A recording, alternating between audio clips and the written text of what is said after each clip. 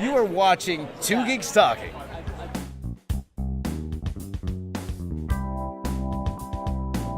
Hey all, Chris Hessler here from, of course, Two Geeks Talking. Of course, at Windsor ComiCon 2017, we're joined today by James Raiz. How are you doing today? I'm doing really well, really well. Happy that you guys are here to talk to me today. I'm happy to be here as well, too, because it's a fun convention, third time here. Glad seeing you here as well, too. I was talking to John Rector there about your work, and, you know, you're a very talented artist from looking behind you as well, too. What brought you to Windsor ComiCon? Really my parents brought me here. my parents retired and they decided to move here, so came to visit. And I know one of the convention owners, so I thought, hey, why not give it a shot? And I love Windsor. It's a nice city, so I thought, why not? And here I am. There you go. And looking at all your work here, from Transformers to Star Wars to DC, Marvel, etc. You know, you have a wide array of talent and skill. How did you get in the industry? Pretty much, well, I've been drawing all my life. It wasn't really till my last year of high school that I decided to get into comics. That's when I told my mom I'm not going to be a doctor anymore. I'm going to be a comic book artist. Oh, she loved that. So I made a deal with her. I said, let me go to college for art, and if I can't get a job after college, I'll go back into medicine. And I never went back into medicine. Now, it didn't say I just, making a lot of money or anything, but I didn't go back into medicine, so that's fine. So after that, I got my first job at a company called Dreamwave Productions. Started off as Pat Lee's main background artist, so I was his background artist for 2 years. And then he got the Transformers license, and they said, hey, James, since you can draw cars, why don't you take the second title? So I took Transformers Armada, which was the second title. That was my first real fully published title. By myself, anyway, at the time. So, and then from there, working Marvel, DC, all of that for roughly around 6 years or so, yeah. Just a few years, lifelong dream and all that. Oh, yeah. No, for sure. And, once you get in, you try to stay in. Like, it's a lot of fun doing it. Like, it is a struggle sometimes to try to find work after you get work and all that kind of stuff. So, but then I started foraying into film after that. And around 2006, 2007, I went back to school. I went to Sheridan College, actually, here in Ontario. Took computer animation and started working in film for the past 10 years. I've been working in film, right? So yeah. I just graduated from a double major in visual arts and film myself, so there you awesome. go. There you go. Congratulations. Yeah, thank you. Yeah. My OSAP is really crying out to me, but that's beside the point. Oh, there you go. That's the OSAP. Yeah. Yes. It makes you cry. It does, yeah. Thanks, government. Anyhow, moving on, but in looking at all of your work here, is there a genre that you just always gravitate towards? Well, mainly because when my first go around to college, my major was technical illustration. So things like perspective and drawing, mechanical things, they come naturally to me. So that's why I think me doing Transformers was really easy transition to do a lot of Transformers. So even today, I still do a little work for IDW, doing a lot of the Transformer stuff, but doing a lot of mech, doing a lot of hard surface type of thing. It's stuff I enjoy doing, and I think I'm okay at. I think I'm pretty good at. Yeah. But I like doing that, and I also like doing like big type collages as well, like bigger pieces. That's stuff I'm trying to foray into right now. This type of stuff. So with your 40th anniversary and all that stuff, Star Wars. Yes. Collages. Yes, absolutely. And the Star Wars, like I did one back, I'd say around 2002 with Transformers. I did one.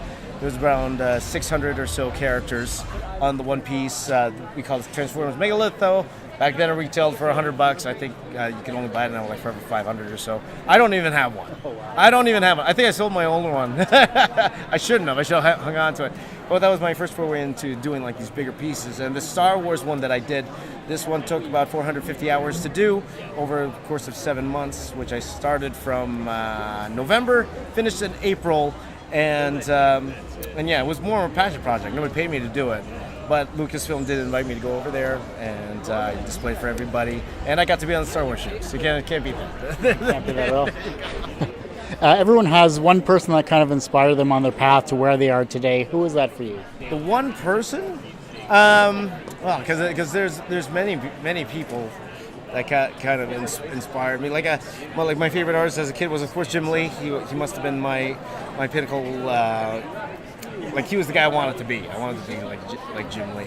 over time. But it changes as careers change too. As the different art fields that I went into, my heroes became different after a while, right? Like even nowadays, I'm more focused like on my YouTube channel and stuff like that. So nowadays, my influences are influencers, like art influencers, as opposed to comic book artists. Even though I still love my comic book artists, of course, I'm friends with a lot of them.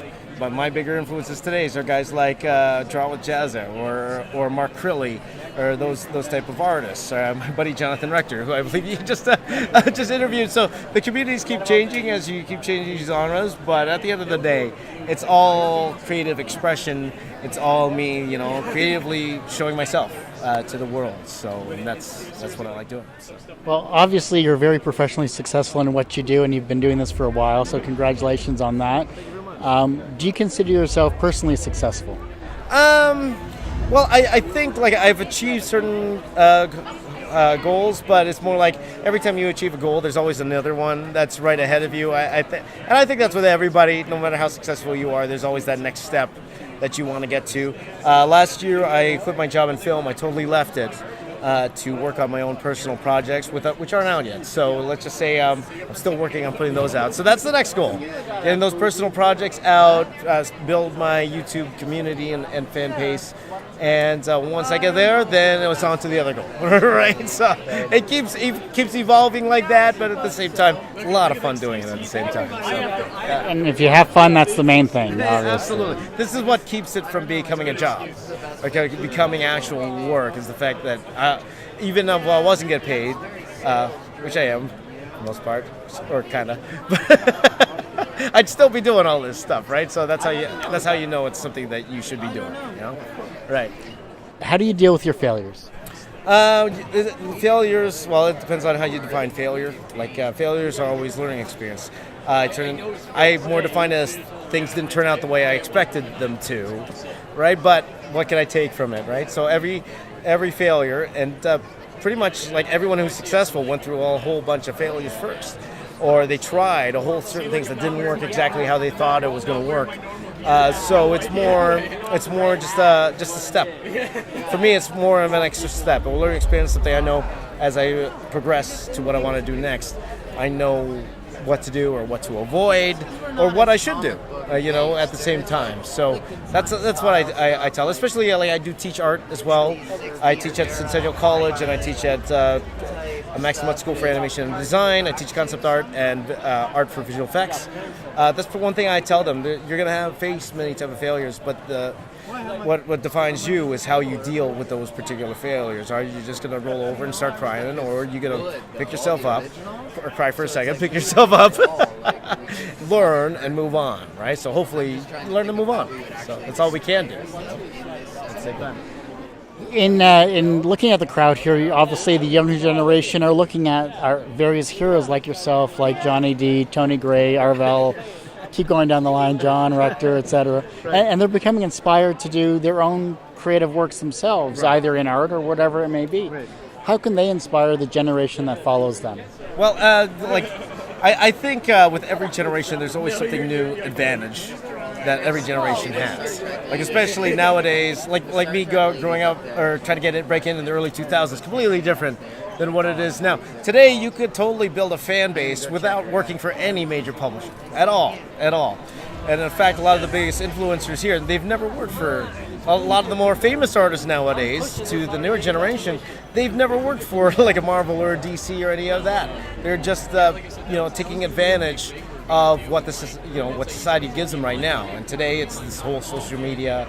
And, I would say to anyone coming up, first of all, be patient, because they always take time, no matter how good you are or how good you think you are, right? That's important, how good you think you are. It takes time and never happens overnight, and everyone who's successful, they went through a lot to get where they are. There was no one who was overnight. So it takes time, you gotta be patient, realize you're young, and take advantage of the opportunities you have around, whether that be using your Instagram or Facebook or YouTube or Twitter or whatever there is now, or Snapchat, whatever. Take advantage of those things. And, but at the end of the day, no matter what generation you're part of, it means nothing unless you work hard for it. If you're not willing to put in the work, then you're not going to be successful no matter what you do. No matter how good technology is to push it forward, right? The harder working guy is going to take that advancement and push it to the next level. So you're not going to get anywhere without the hard work. So you got to be willing to work hard. There you go. Well, where can we find, of course, your work, James, online and social media? Because we just talked about that stuff. So it's perfect segue. It's almost like you planned that. You can find me anywhere, okay? You can find me, great if you could check out my YouTube channel, youtube.com/TheBoxOfficeArtist. That's a whole story. I'll tell you about that another time. It's TheBoxOfficeArtist.